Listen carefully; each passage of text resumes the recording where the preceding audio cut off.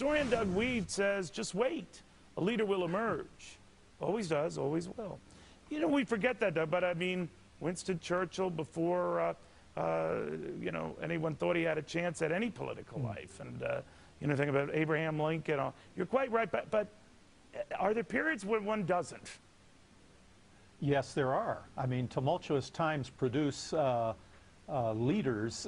They're not always good leaders. There's Stalin, there's Hitler. I mean, all those soldiers came home from World War I. They didn't have any jobs, and Hitler gave them a uniform and a sense of purpose and seized power.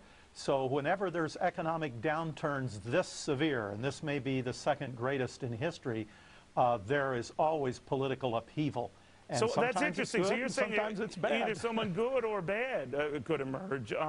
But on the good side, I mean, sometimes are the good or the out of the blue possibilities there? I mean, very few people saw maybe as recently as 1859 that Abraham Lincoln would emerge, despite his great debate performance earlier as a presidential candidate. Very few, I would imagine, envision Ronald Reagan emerging as a sort of a savior, or FDR in 1932. But are there those who are already among the candidates running, let's say, who could fit that bill?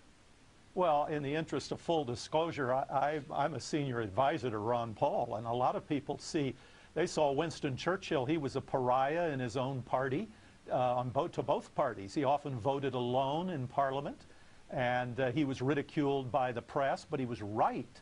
And if your viewers Google September 10th, 2003, Ron Paul, they will see him before the House Financial Services Committee predicting the housing bubble, describing the morality of millions of homeowners losing the value of their homes, of the mortgage lending crisis. All of this was seen in advance. And so how important is that aspect then, the fact that you had to have presciently seen a lot of what's going on? Because then the next command is, all right, well, great, you could see into the future and predict a lot of this, touche. Now we expect you to be the guy to lead us out.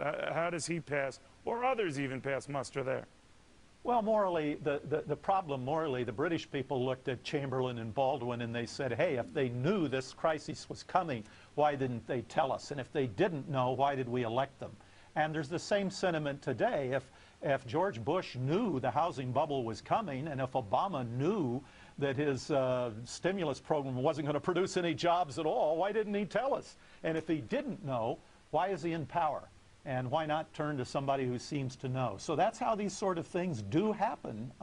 Historically, they're unlikely. What about a third-party emergence? If you go back, and I don't want to get too arcane or academic or dry here, but I think if you think about it, Abraham Lincoln represented a third party, if you come to think about it.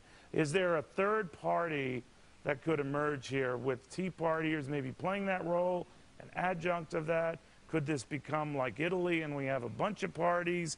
What do you see happening? I don't think that's going to happen. Ron Paul is committed that it won't happen, but it could have. Ross Perot had a chance. The problem with these businessman candidates is they have great appeal, but government always throughout history has made business laws gray, which makes it very difficult for a business person to be both successful and politically pure if they want to run for office. It's never happened in American history, but that's as close maybe as we came in recent times. But as you know, there were third parties when presidents split, Teddy Roosevelt and William Howard Taft. But I don't see it happening right now. That allowed a fellow named Woodrow Wilson to get in. So we'll watch closely. But Doug, thank you very much. Doug.